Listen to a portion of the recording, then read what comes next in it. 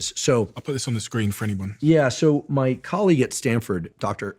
Anna Lemke, who runs our dual diagnosis addiction clinic and wrote the wonderful book Dopamine Nation, described this best.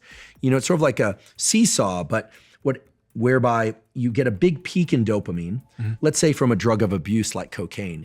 People on cocaine, it's all about ideas and what's next. They're not like, hey, let's just kick back. It's all about in fact, they have 1 million ideas per second. Most of them are terrible ideas, but they're very forward center of mass, motivated.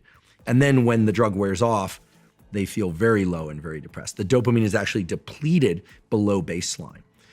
People that work excessively, right? We all have different abilities to work out, but people that work excessively and abuse stimulants in order to do that achieve these peaks. Is that like, so what would be an everyday example of that, working excessively? Do you mean like a pre-workout or something, or do you mean? Yeah, I'm not anti-pre-workout. Listen, I love to be well-rested, hydrated, have a nice pre-workout drink, maybe even a little shot of espresso, listen to some music, and have an incredible leg day workout. It's an amazing feeling, right? But if you do that every single time, you start stacking all these catecholamine release-inducing drugs, okay? So you're getting adrenaline, you're getting epinephrine, which is adrenaline, excuse me. You're getting adrenaline, you're getting noradrenaline, also called norepinephrine. You're getting dopamine release. You're highly motivated, you're in that state that everyone is seeking, and you try and do that 7 days a week, you're not gonna do it. And then you wonder why in the afternoon you're just completely cooked and you can't do any cognitive work. Well, your dopamine and other things have crashed below baseline. So I think it's important to understand that being, as I'm calling it, forward center of mass, like really kind of motivated and pursuing goals is great. But most of the time we're probably best off just coming off the gas pedal just a little bit to maintain that ability to continue to be forward center of mass. The same thing is true for stress. We hear stress is bad. Well, stress is bad, but it also sharpens your ability to learn. It creates energy. It actually boosts your immune system in the short term. I say, tolerate as much stress as you can, provided you still behave like a kind person, right? Don't say or do things that are unkind, and make sure that you still get great sleep at night. Most people stress, run around, and then they can't sleep at night. And then the next day they're depleted. But a little bit of stress is healthy. Life is stress, things are stressful. But again, you're going to be in your best state of mind if you're calm and alert. Alert and calm is the magic recipe, and the ability to sleep at night. If you want to take a bunch of pre-workout and you want to listen to some loud music and have a great crush it workout, great. But you should probably also be able to train without all of that. If you're somebody who loves new goals and you're very excited about travel and this and that, great. But do you have to layer in 50 things and then you're sitting around at home and you're wondering why you're so bored when you're back home and why life is so depressing and you need more travel, more stimulation? In every domain of life, we see whether or not it's food or exercise or stimulants or sex or media. If you push things to the max, you're going to feel depleted and understimulated afterwards. And this trough below baseline, as Anna Lemke taught us with Dopamine Nation, that trough is a state that can last a long time. And it's how long? It's proportional to how high that peak in dopamine was. Not how long, but how high that peak in dopamine was. And when you're in that trough, that dopamine depleted state, typically what people do is they try and go out or access things that are going to reactivate the dopamine circuitry, and all it does is drive them further and further and longer into that trough. What's needed is a period of waiting, of non-indulgence in any of these excesses that allows them to return to baseline. We know this from drugs of abuse. It takes more and more drug to try and get what turns out to be less and less of a high.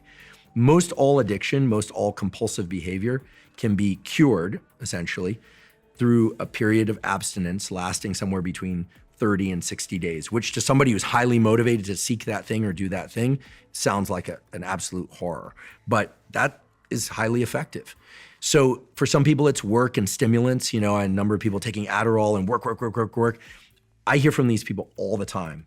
Typically they are from the tech and finance world. And they're like, why am I burnt out? Well, you've been blasting these catecholamine regulated circuits for years.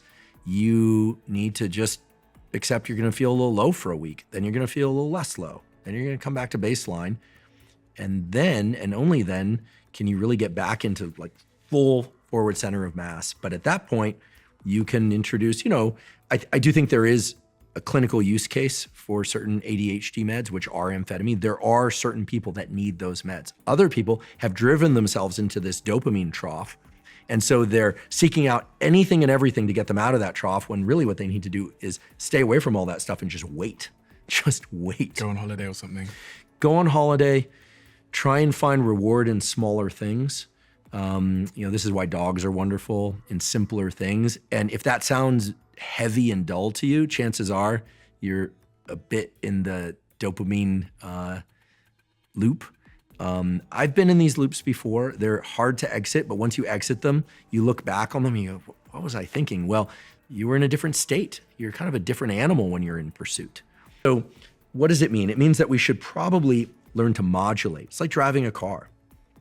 Anytime we feel that we're headed toward or in a peak state, we should probably kind of like lean back off that state just a tiny bit.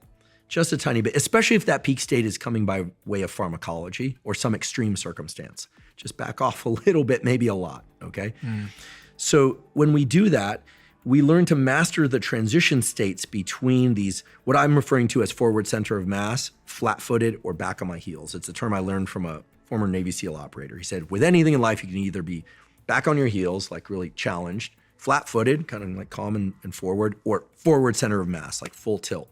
I think most people would do very well to learn to master the transition states between waking and going to sleep, right? Many people can't fall asleep. Many people just kind of like can't turn it off. You can learn how to do that by doing things like non-sleep deep rest, some long exhale breathing, simple, self-directed, zero-cost tools that help adjust your autonomic nervous system to be more what we call parasympathetic, more rest and digest, just long exhales. Might not work the first time, but over time, these become very effective tools to self-direct the shift from forward center of mass to flat-footed to just kind of laying back on your heels, and there you go, you're off to sleep. When you wake up in the morning, some people are just depleted. Maybe you didn't sleep enough, but learning to get forward center of mass shouldn't require, excess caffeine and stimulants and super loud music and, a shocking text or email. Ideally, you can transition pretty quickly into being forward center of mass, but not full tilt forward center of mass. And why do I say this? I think for anyone who seeks to be successful in any domain, academics, business, creative endeavors, whatever, if you want to have a long arc life and a long arc career, you really strive to control these transition states. And when I say control, all it really takes is paying attention to them and paying attention to the fact that, yes, some people just have inherently more energy. They can do every single workout at max output, then shower, they're talking in the gym, then they're off to that. Some people are like that. Some people, like myself, if I give 100% to something in the morning, by the afternoon, I'm a little bit depleted. So I require a 10 or 20 minute non-sleep deep rest or a nap or just some quiet long exhale breathing, maybe a little bit of caffeine, which I'm drinking now. I mean, there's nothing wrong with healthy stimulants, provided they're consumed in moderation. Maybe an energy drink, those can be great too for some people. And then, really going like full tilt, focusing one's attention. And then afterwards, taking a few moments, just moments to downshift. I think we hear so much about the power of meditation or non-sleep deep rest or ice baths. What do cold plunges and cold showers do? They stimulate the release of what? The catecholamines, dopamine, epinephrine, norepinephrine, long duration release. That's why it's useful, in my opinion. For all the debate about deliberate cold exposure, does it increase metabolism? Does it not? The answer seems to be probably not much, but it's absolutely clear that it causes a huge increase in adrenaline, dopamine, and norepinephrine that are very long lasting. And that makes you feel great, especially when you get out of the cold. Mm-hmm. And I think that's the value of it. It also saves you on your heating bill. Like you don't have to have a cold plunge, you take a cold shower. Nobody likes it, but the point is you get out and you feel different. It's a state shift.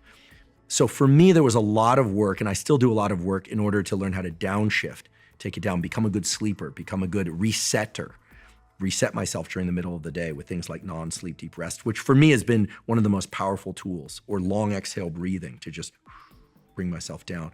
Other people, they tend to have a little bit less energy than life demands of them. So they need to do a bit more cold shower, a little bit more caffeine, but then those people probably need a little bit more rest. They're like the bulldogs of life. Mm-hmm.